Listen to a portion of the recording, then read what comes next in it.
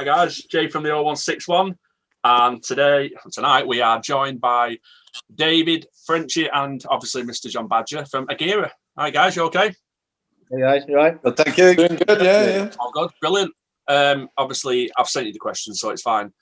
First question though, just give us a brief history of Agvirre, how long you've been going, and why you started. Frenchie do that one. Yeah.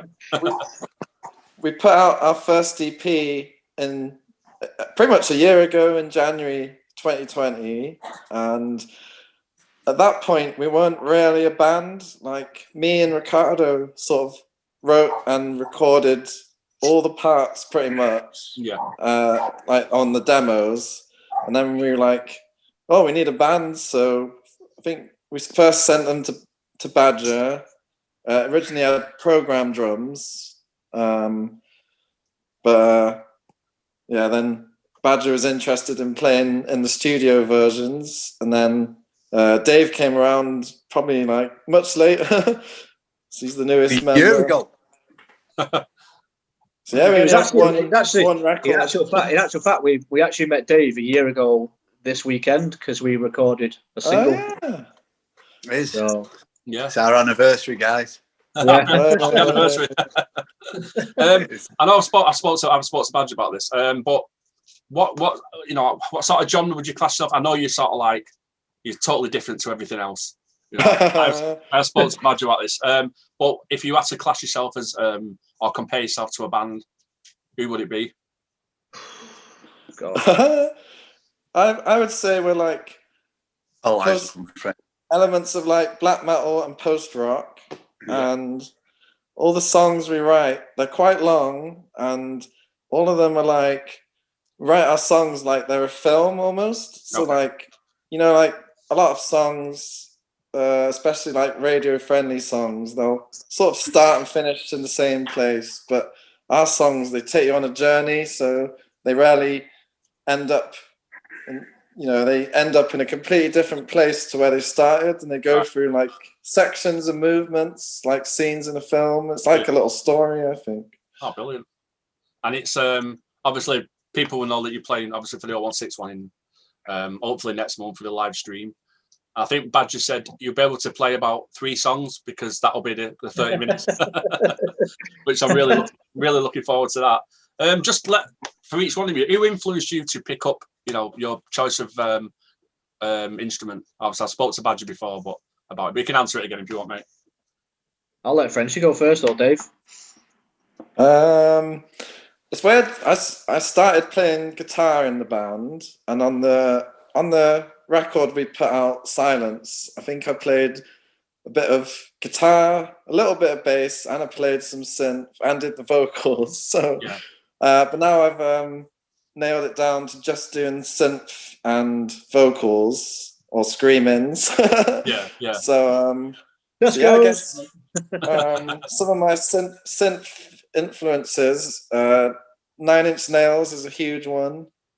Like, I like these bands, metal bands that put in like electronics, like Cult of Luna, Neurosis. Those are ones that come to mind. Swans. Brilliant. What about you guys? Dave? Yeah, similar. I mean, as soon as I joined a band with Frenchie, I could tell by our music taste we had very similar sort of tastes. He likes a bit of the more left field side of electronica.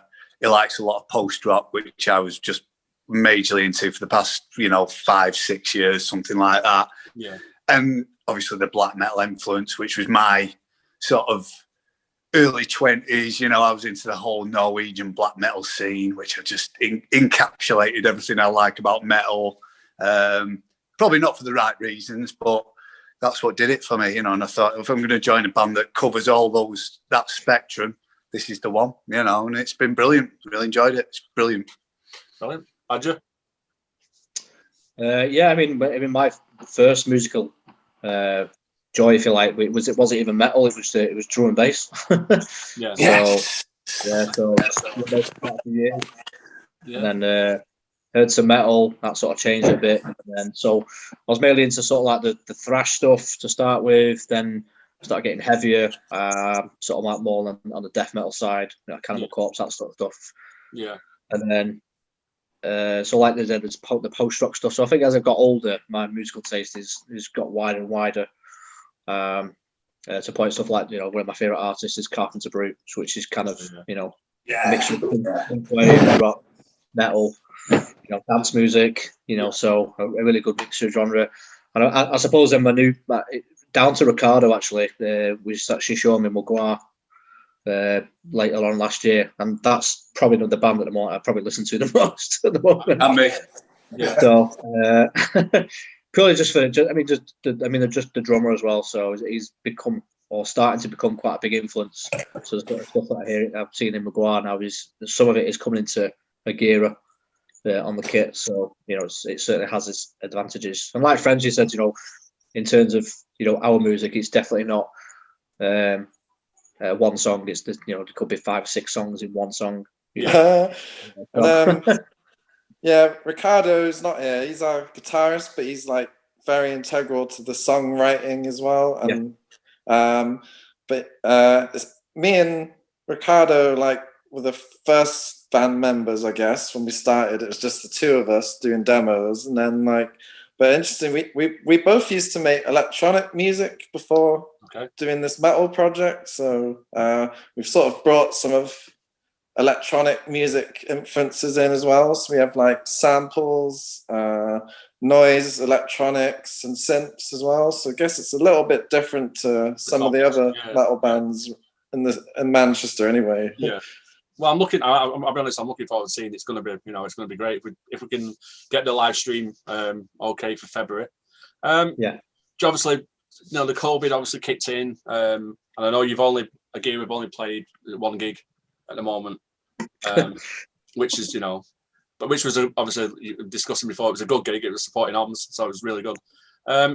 How's it affected the band? Have you had a lot of events cancelled and? Well, we did have a few gigs. I mean, we didn't have loads because we were literally just starting out. I mean, we got together as a band, we rehearsed and everything. We did our first gig, and we had a couple of gigs booked, for a few months afterwards, like stuff in April and May. Yeah. And of course, they got cancelled as well. And then obviously, we couldn't really book anything, so we haven't really booked anything. The only gig we've got now for this year so far. Well, we've got 2 actually, but I'll tell you one of them. So one of them is Badger Fest. Yeah. So obviously, I know the promoter quite well, so I thought I'd ask yeah.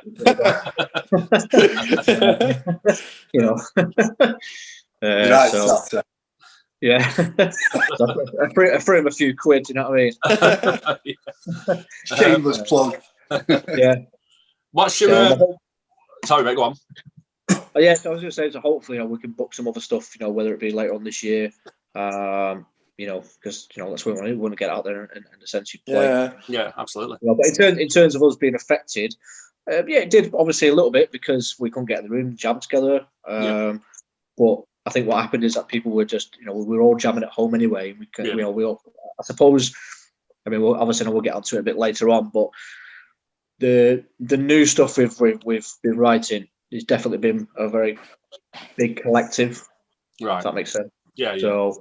I mean, obviously Frenchie and Ricardo bring in some of the main ideas, and then it just kind of explores. And me and Dave sort of, throw our little pieces in, and then before you know it, it's we're all saying, "Oh, what about this?" and then "What about this?" and "What about that?" And then when you hear some of these new songs, you'll think, "Why has it gone from blast beats to surf rock all of a sudden?" Do you know what I mean?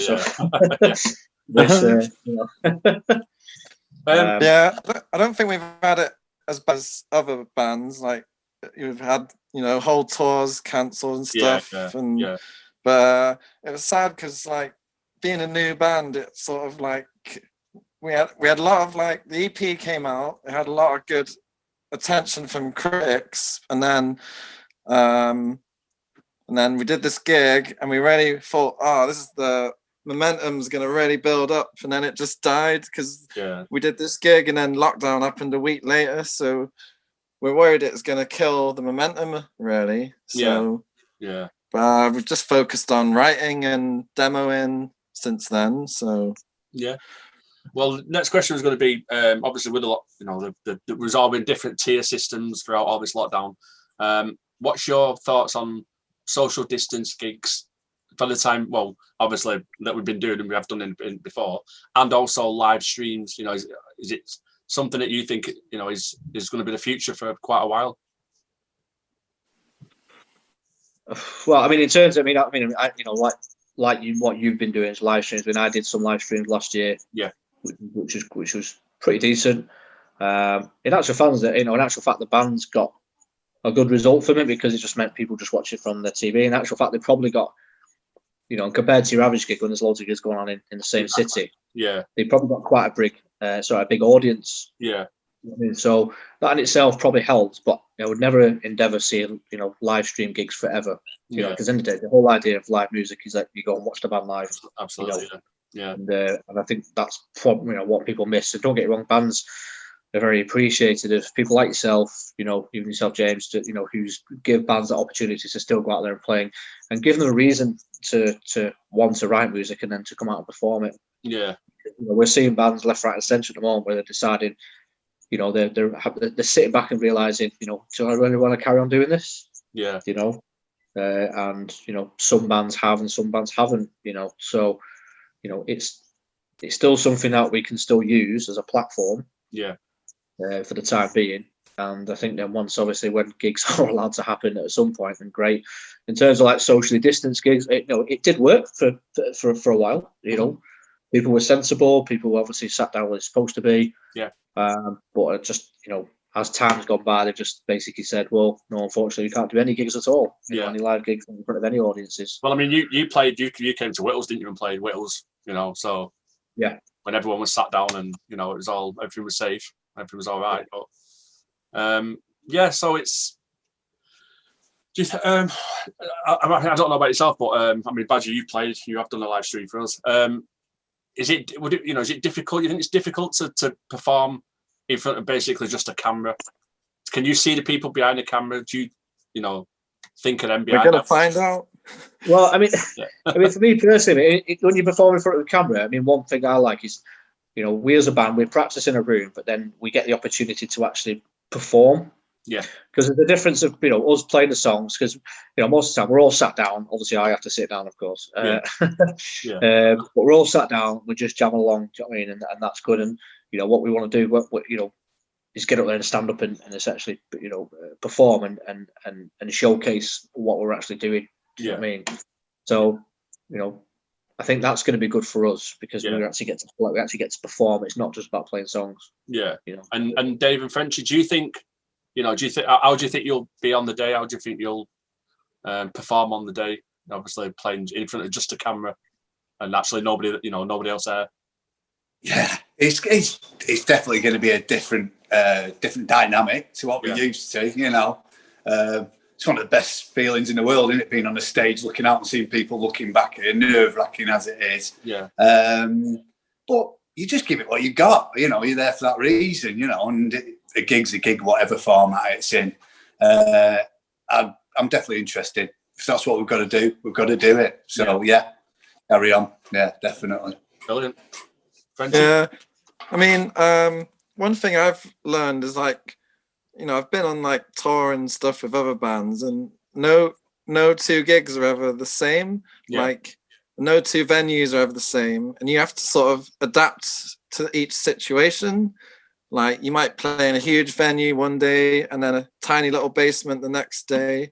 So the way I'm thinking of the show we're going to do with you, it's like we'll just adapt to the situation and figure it out as it goes. So it's going to be interesting because I get quite intense with the crowd. So when we did our gig at Saints Hollow, I was out in the crowd screaming in people's faces. So probably won't have that going on, but we'll find other ways.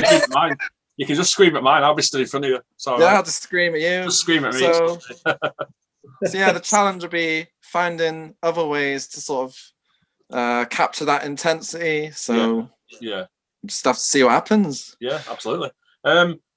just give people. I mean, obviously, I've asked Badger this before, and it would take an hour just for Badger. But just give us a brief history of you as a musician, what bands you've been in. There we go. How long you got? Start I'm not answering that. Badger, yeah, go on. Who's going first? Yeah, any whichever. You, Dave?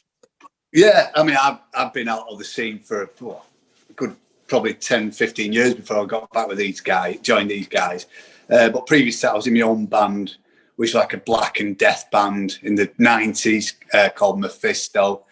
And then I was in Unsilence, which they're still going, or they're in some sort of format, which is a doom band. And then I had quite a big hiatus. I got into the whole electronica thing, you know, and noodled about a bit with a mate of mine. Never got anything going with that. Yeah. And then back to the old guitar again, and you know, getting the strings under your belt there. And it's feeling good. Yeah, enjoying it definitely. Yeah, Frenchie. I mean, I consider Agvirre like my baby. That's like, you know, I guess it's like the first time I've been contributing more to like the writing and the themes and the concepts. Like other bands I played in, usually I'd be playing synth. I was kind of more the guy on the side because I did some like session sort of stuff. So like I joined 100 Year Old Man just on tour. They needed they already had like an electronics guy, but you couldn't make the tour. So I was able to jump in on that a couple of years ago. Did a bit of stuff with another post-metal band, Archelon from Sheffield. They wanted a guy on keys as well. So, I mean, I did I used to make sort of electronic music a few years ago as well. Did a few performances, but yeah, with Agvirre, I think it's more, yeah, I've been much more integral to like the writing, and it's coming more from my brain than being guy on the side sort of thing. So that's quite exciting. And Badger, here we go, Badger. I'll just go back 5 years. No, so I suppose if you're going back, let's say, I mean, I think it's probably been the last 5 years really I've done quite a lot of stuff. So I mean, I joined a band called My Wooden Pillow, which is like sort of metal hardcore. I saw them. Yeah, and then that moved on to me forming Impavadus. So, and I spent about 2.5-3 years with Impavadus there, sort of like melodic death metal. Did a couple of EPs, did a video, and did like some really big, decent gigs off the back of that. I joined one of what would probably Frenchie's one of his favourite bands now, back on the scene, which is Forging the Furnace of the Sun. Yeah. Which is sort of, I don't know how to describe it really. It's very noisy. So crust punk grindcore, probably some of the fastest stuff I'd ever played. You know what I mean? So that was really good. So I spent about just over a year with those guys. Mainly when their drummer became ill, so I ended up filling in for a few gigs, and then it ended up being a year. And then sort of moved away from that, and then I've done quite a lot of filling gigs as well. So stepped in for bands, so like Agent 47, Scott Beveridge Project, which I still work to do, live session for Prometheum from Lancaster, and then of course this went on to essentially working with Agvirre. So Prognosis as well, I think. Oh yeah. No, not yet. Sorry. Okay. No. I thought you did a gig with them. Gospel No. High. Drumming up change. Yeah. So yeah, I've got a new. Actually, I mean, obviously, if people watching as well. So Ricardo, who wasn't here, so me and Ricardo I've got another project on the go, a different band. So it's not the same music. It's kind of more on the rock side. Right. So, but you still have some extreme moments as well. So we've recorded an album already, and it's going to be due out probably next summer. So we're working behind the scenes with that with the other guys in the band as well, ready for when we hit live. So we'll hopefully push that to labels as well. So that'd be interesting. So that definitely keeps me busy. And then obviously then the promoting side, Badger Fest, all that kind of stuff. So yeah. Okay, well, guys, just to round it up, obviously with the COVID's prevented, you actually gigging. However, the time that you've had instead of gigging, have you used that time to come up with ideas and to think about writing new stuff and what you're working on at the moment? Yeah, very much. I think ever since we've been allowed to go back to our practice room since like summer 2020, like I think it